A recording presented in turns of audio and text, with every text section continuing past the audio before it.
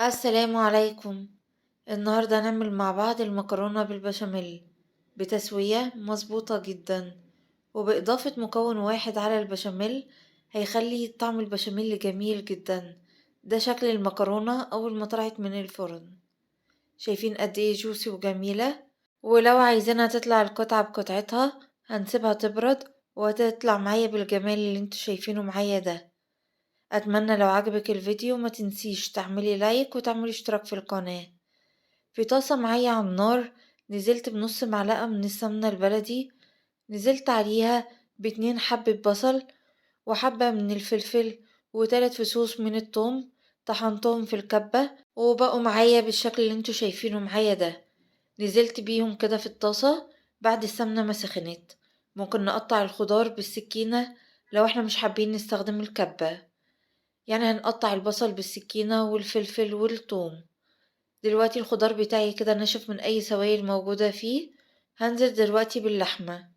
كمية اللحمة اللي معايا هي كيلو الا ربع من اللحمة. هبدأ كده ان انا اقلب اللحمة مع الخضار كويس جدا، وطبعا الطاسة معايا سخنة علشان اللحمة ما تجيبش المية الموجودة فيها، وطبعا الموجود على اللحمة مش سوائل من اللحمة، ده الدهون الموجودة في اللحمة. دلوقتي هنزل بالبهارات بتاعتي.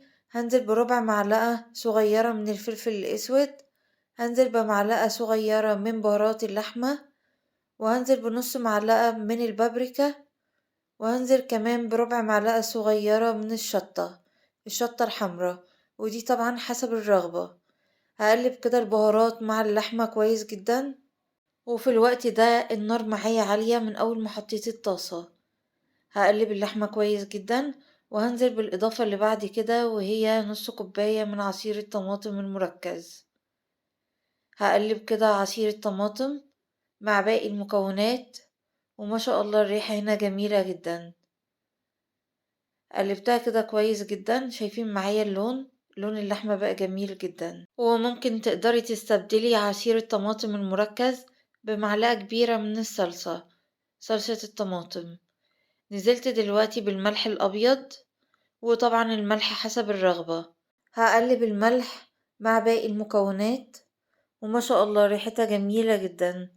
في الوقت ده العصاق بتاعي كده خلص. هطفي عليه وهتنقل معاكم للخطوة التانية. في حلة كده فيها مية بتغلي على النار، طبعا لسلق المكرونة. هنزل بالملح الأبيض. احنا عارفين طبعا ان اللي سلق المكرونة البشاميل ما بيحتاجش زيت خالص، هو الملح بس. نزلت بالمكرونة بتاعتي، والمكرونة بتاعتي حوالي 500 جرام من المكرونة. هقلب المكرونة كده كويس جدا. وطبعا انا مش هسلق المكرونة سلق كامل، انا هبص على تعليمات السلق على الكيس وهنزلها قبل المدة بتاعتها بدقيقتين. كده المكرونة هتبقى تمام معايا. هنزلها من على النار وهشطفها بالمية الباردة، وهتبقى جاهزة معايا في المصفى. دلوقتي انا هعمل البشاميل. في حلة معايا على النار هنزل ب3 معالق من السمنة البلدي او من الزبدة زي ما تحبي. هنزل عليهم ب3 معالق كبيرة من الدقيق. طبعا كمية السمنة قد كمية الدقيق. حابة تستخدمي زبدة زي ما تحبي. وبالمضرب اليدوي هبدأ ان انا اقلب السمنة مع الدقيق، وطبعا النار عندي عالية في الوقت ده، وهستمر في التقليب زي ما انتوا شايفين كده معايا. وفي الوقت ده هنزل باللبن. انا معايا لتر من اللبن. نزلت باللبن شوية شوية علشان البشاميل ما يتكتلش معايا، ودي خطوة مهمة جدا علشان البشاميل ما يتكتلش ولا اي حاجة، ويفضل كريمي زي ما انتوا هتشوفوا معايا دلوقتي هستمر في التقليب، وهنزل باللبن شوية شوية لحد ما اخلص باقي الكمية. وما يفرقش ان كان اللبن سخن او بارد، النتيجة هتبقى واحدة. هقلب البشاميل كويس جدا، وما ننساش طبعا اجناب الحلة بالمضرب كده، وهبدأ ان انا انزل اي حاجة موجودة عليها. هستمر في التقليب لحد ما الخليط معايا يغلي، يبدأ بالغليان. هنزل بالملح الابيض، وطبعا الملح حسب الرغبة، وهنزل كمان برشة من جوزة الطيب. بتخلي ريحة البشاميل ريحته جميلة جدا. هستمر في التقليب لحد الغليان. وطبعا انا لسه محطتش المكون اللي هيخلي كده طعم البشاميل معايا جميل جدا، وهو القشطة البلدي، او ممكن تحطي قشطة الشركات. لو مش موجود عندك القشطة البلدي هتدي نفس النتيجة، او ممكن تحطي 3 معالق كبيرة من اي نوع جبنة كريمي يكون نوعية كويسة. دلوقتي انا حطيت 3 معالق من القشطة البلدي وهقلبها كده كويس جدا. شايفين معايا اللون والقوام اتغيروا ازاي؟ ما شاء الله جميل جدا. واول ما البشاميل يبدأ كده يغلي هطفي عليه، لان انا عايزة البشاميل ما يتقلش معايا، انا عايزاه يبقى كريمي. وكده كل حاجة معايا جاهزت. هبدأ ان انا اجيب دلوقتي صينية وهحط فيها شوية من الزيت، وبالفرشة هبدأ ان انا اوزع الزيت زي ما انتوا شايفين كده معايا. وهنزل كده بشوية حلوين من البشاميل في قاع الصينية. شايفين معايا البشاميل كريمي ازاي؟ ما شاء الله جميل جدا. ولا ريحته ما شاء الله. هفرد البشاميل كويس في قاع الصينية. ودلوقتي هرص المكرونة بتاعتي. انا هرصها كده واحدة جنب واحدة بالشكل اللي انتوا شايفينه معايا ده.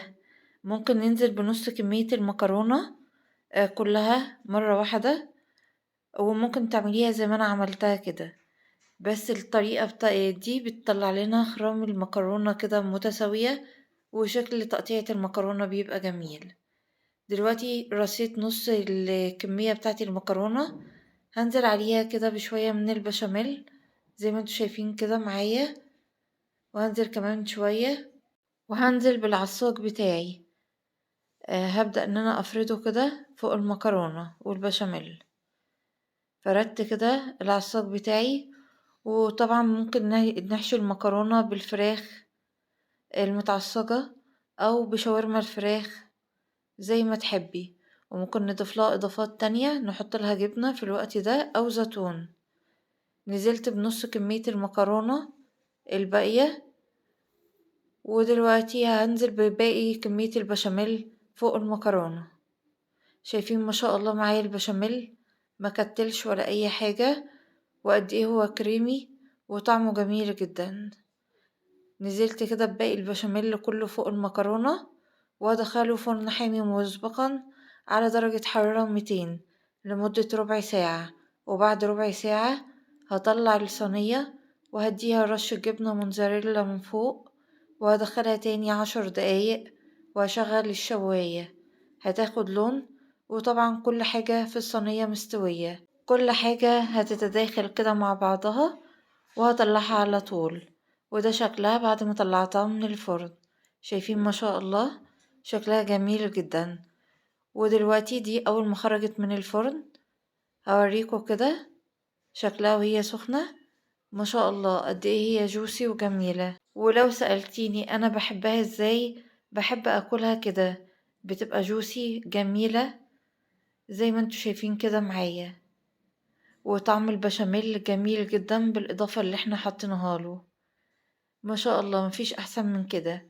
شايفين ما شاء الله جميلة جدا. ولو عايزينها نقطعها قطع هنسيبها لما تبرد وهتطلع معايا بالجمال اللي انتوا شايفينه معايا ده. شايفين معايا قد ايه جميلة. اتمنى لو عجبك الفيديو ما تنسيش تعملي لايك وتعملي اشتراك في القناة، وتسيبيلي كده رأيك في التعليقات. وفي نهاية الفيديو استودعكم الله الذي لا تضيع ودائعه. السلام عليكم ورحمة الله وبركاته.